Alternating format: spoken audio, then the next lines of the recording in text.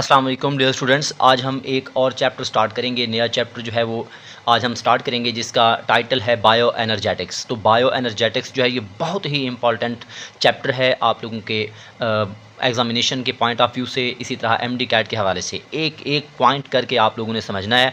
और ये वो चैप्टर है जो बहुत ज़्यादा जो है आप ऐसा समझ सकते हैं कि कंसेप्चुअल है। तो सबसे पहले हम देखेंगे कि जो बायो एनर्जेटिक्स है वो हम किस चीज़ को कहते हैं। तो सिंपल डेफिनेशन अगर हम देखेंगे तो the study of energy in living organisms के जो जानदार हैं, जो लिविंग ऑर्गेनिजम्स हैं, उनकी बॉडी के अंदर जो एनर्जी का मुताला है उसको हम बायो एनर्जेटिक्स का नाम देते हैं। इसी तरह बायो एनर्जेटिक्स को आप मज़ीद भी डिफ़ाइन कर सकते हैं कि the study of how energy flows in living organism या लिविंग सिस्टम। यहाँ पर जो लिविंग सिस्टम है वो ज़िंदा चीज़ें ही हैं, जानदार ही हैं। तो जानदारों की बॉडी के अंदर एनर्जी फ़्लो कैसे करती है, इस चीज़ का मुताला भी हम बायो एनर्जेटिक्स के अंदर करते हैं। इसी तरह अगर हम मज़ीद देखें, जो आपके पास बायो एनर्जेटिक्स है ये एक्सप्लेन करता है, ये वजाहत करता है कि जो सेल्स हैं वो किस तरीके से एनर्जी को स्टोर करते हैं और एनर्जी को यूज़ करते हैं ताकि वो डिफरेंट टास्क्स, मुख्तलिफ फंक्शंस जो हैं वो परफॉर्म कर सकें। तो इन सब चीज़ों का मुताला जो हम किस में करते हैं, बायो एनर्जेटिक्स के अंदर करते हैं। इसी तरह जो बायो एनर्जेटिक्स है उसकी एक और डेफिनेशन भी जो है वो आप याद कर सकते हैं कि the quantitative study of energy relationship के जो एनर्जी रिलेशनशिप है, एनर्जी के ताल्लुकात हैं, एनर्जी में तब्दीलियां हैं विद इन बायोलॉजिकल सिस्टम, मतलब कि जानदारों की बॉडी के अंदर जो एनर्जी के ताल्लुकात हैं, एनर्जी की तब्दीलियां हैं, उनका क्वांटिटेटिव मुताला मतलब कि मिकदारी मुताला जो होगा उसको भी हम क्या बोलते हैं, बायो एनर्जेटिक्स का नाम देते हैं।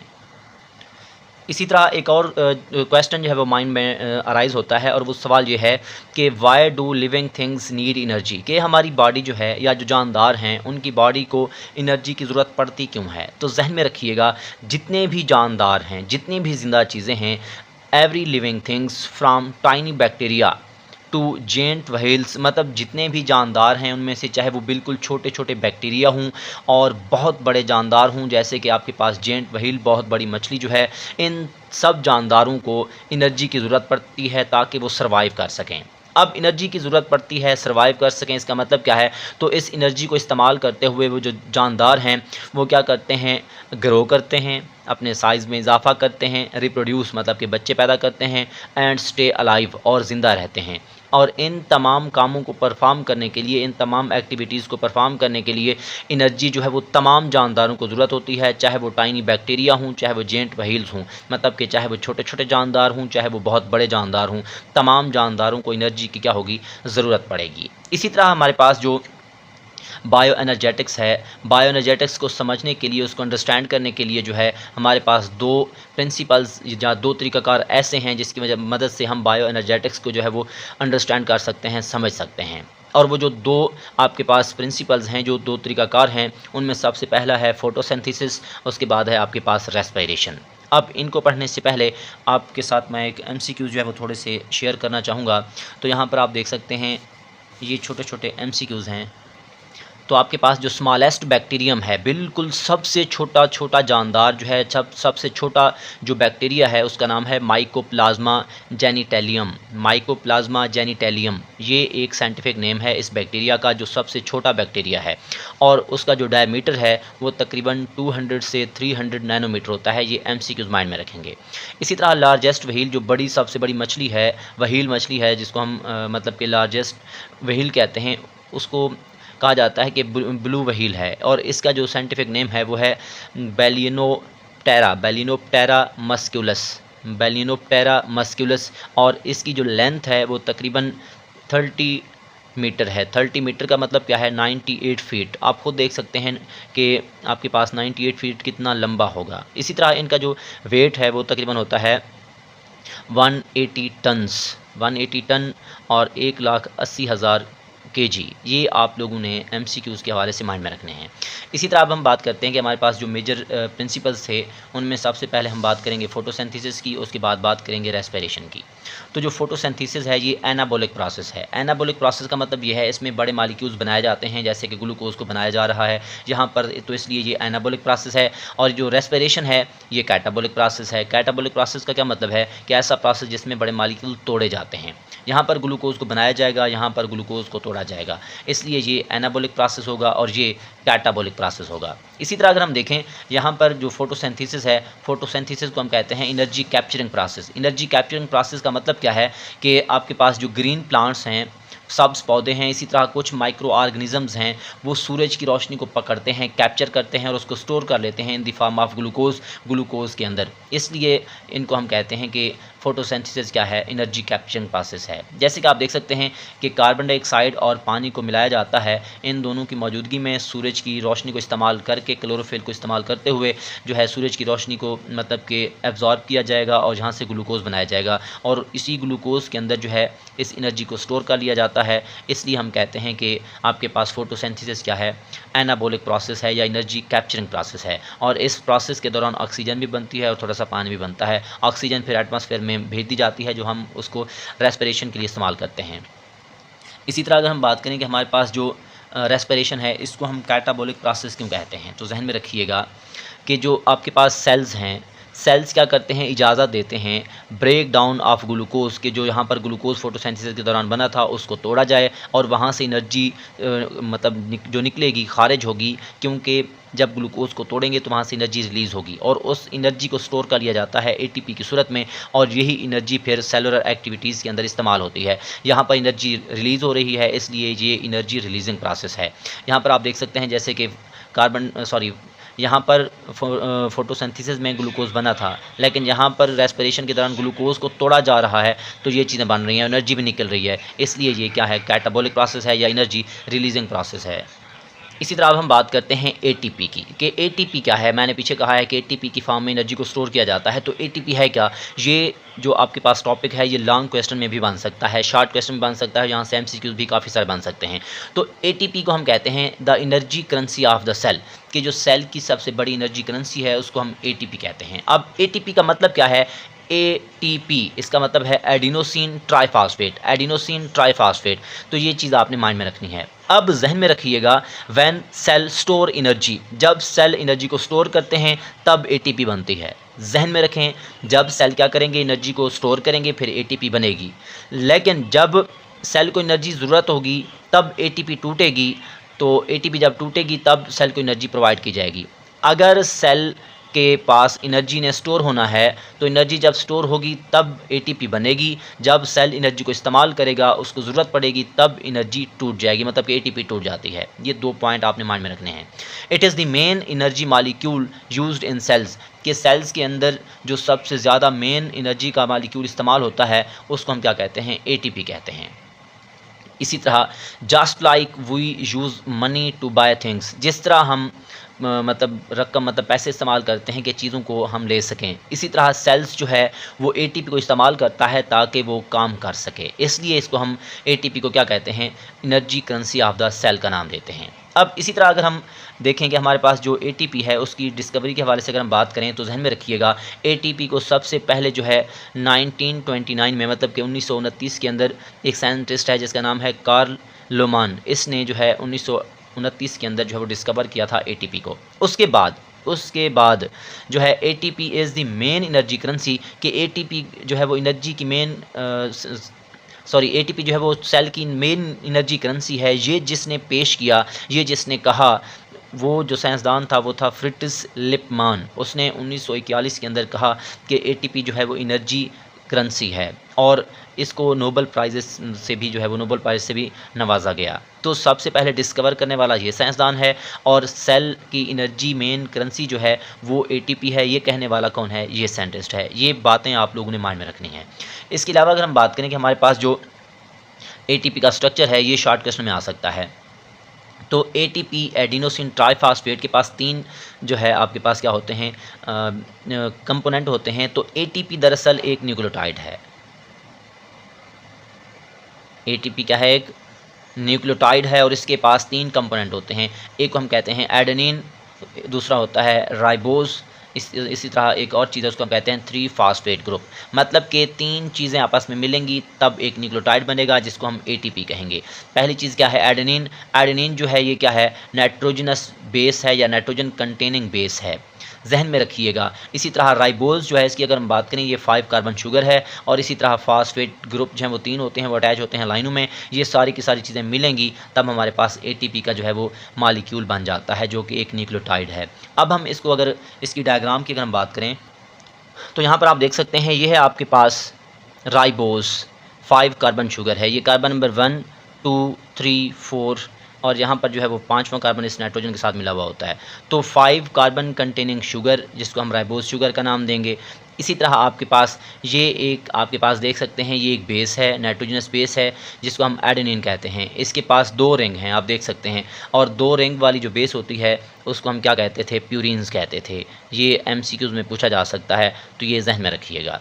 इसी तरह आपके पास यहाँ पर आप देख सकते हैं 1 2 3 फास्फेट ग्रुप्स जो हैं वो आपस में जुड़े हुए हैं और ये सारे का सारा जो स्ट्रक्चर बनता है इसको हम एटीपी का नाम देते हैं। अब यहाँ पर जो आपके पास ये फास्फेट है और ये फास्फेट है, इन दोनों के दरमियान एक बॉन्ड होता है जिसको हम हाई एनर्जी बॉन्ड कहते हैं और इसको टिल्डी की अलामत से, मतलब कि इस तरह की अलामत से जो है वो शो किया जाता है। ये एक बॉन्ड है, ये दूसरा बॉन्ड है, ये तीसरा बॉन्ड है। 3 फास्फेट ग्रुप आपस में जो है वो जुड़े हुए होते हैं तो इनको हम कहते हैं फास्फेट ग्रुप्स। अब यहाँ पर आप देखिएगा ये आपके पास 5 कार्बन पर मुश्तमिल एक शुगर है जिसको हम राइबोज कहते हैं। इसी तरह अगर इस राइबोज के साथ ये वाली चीज़ जिसको हम एडेनिन कहते हैं ये और ये आपस में मिल जाएं तब ये जो है क्या बनता है? एडिनोसिन बनती है। इसी तरह अगर ये आपके पास एडेनिन और ये राइबोज शुगर आपस में मिलें और इसके साथ यहाँ से एक फास्फेट मिला हुआ हो तब हम कहते हैं एडिनोसिन मोनोफास्फेट। इसी तरह अगर ये चीज़ और ये चीज़ और ये चीज़ और ये मतलब 2 फास्फेट जब मिलेंगे तब हम बोलेंगे एडिनोसिन डाईफास्फेट। इसी तरह अगर हम बात करें, अगर हमारे पास ये एडेनिन और राइबोज शुगर और ये तीनों फास्फेट मिलेंगे तब हमारे पास बनेगी एडिनोसिन ट्राईफास्फेट। इसलिए राइबोज के लिए यहाँ से लेकर यहाँ तक लाइन बनाई गई है, एडिनोसिन के लिए ये वाला हिस्सा 7 जो है वो शो करके यहाँ तक दिखाया गया है। इसी तरह एडिनोसिन मोनोफास्फेट के लिए ये चीज़ और यहाँ से एक फास्फेट को दिखाया गया है और डाई के लिए 2 फास्फेट इकट्ठे मिला दिए जाएंगे और ट्राई के लिए 3 फास्फेट जो हैं वो इकट्ठे मिला दिए जाते हैं। इसलिए यहाँ पर एडिनोसिन क्योंकि आपके पास राइबोज और एडेनिन का जो कम्बिनेशन था इसको हम एडिनोसिन कहते हैं और इसके साथ 3 फास्फेट जुड़े हुए होते हैं इसलिए हम कहते हैं एडिनोसिन ट्राईफास्फेट। इसी तरह अगर हम बात करें कि हमारे पास एटीपी जो है वो स्टोर करती है एनर्जी को इन हाई एनर्जी बॉन्ड्स। तो जो आपके पास एटीपी के अंदर हाई एनर्जी बॉन्ड्स होते हैं उनके अंदर एटीपी को जो है वो क्या किया जाता है? स्टोर किया जाता है। यहाँ पर आप देख सकते हैं ये फास्फेट ये सारे के सारे फास्फेट ग्रुप हैं तीनों, इनके दरमियान जो बॉन्ड है इसी को हम क्या कहते हैं? हाई एनर्जी बॉन्ड कहते हैं। ये बात ज़हन में रखिएगा, इन्हीं के अंदर क्या होगी? एनर्जी स्टोर होगी। जब यहाँ से एक बॉन्ड टूटेगा तो यहाँ से एनर्जी रिलीज हो जाएगी। इसी तरह जब ज़्यादा एनर्जी ज़रूरत होगी तो फिर ये बॉन्ड टूटेगा, ज़्यादा ज़रूरत होगी तो फिर ये बॉन्ड टूटेगा। इसी तरह आपके पास ये चीज़ें जो हैं वो बॉन्ड टूटते जाएंगे, एनर्जी जो है वो सेल को क्या की जाती है? प्रोवाइड कर दी जाती है। तो यहाँ पर आप देख सकते हैं ATP has 2 high energy bonds कि ATP के पास 2 हाई एनर्जी बॉन्ड होते हैं। ये MCQs में जो है वो पूछा जा सकता है। फास्फेट ग्रुप 3 हैं, देखें 1 2 3, लेकिन यहाँ पर एक बॉन्ड, यहाँ पर आपके पास ये दूसरा बॉन्ड, क्योंकि 2 बॉन्ड हैं, ग्रुप 3 हैं लेकिन बॉन्ड इनके दरमियान कितने हैं? 2 हैं, एक ये वाला और एक ये वाला, जहन में रखिएगा। तो ATP के पास 2 हाई एनर्जी बॉन्ड होते हैं और ये बॉन्ड कौन से हैं? कोवेलेंट हैं, मतलब कि कोवेलेंट बॉन्ड पाया जाता है, इलेक्ट्रॉन का इनके दरमियान इश्तराक होता है। High energy bonds are present between its phosphate groups कि जो फास्फेट ग्रुप जो मैंने डायग्राम में दिखाए हैं उनके दरमियान ये हाई एनर्जी बॉन्ड मौजूद होते हैं।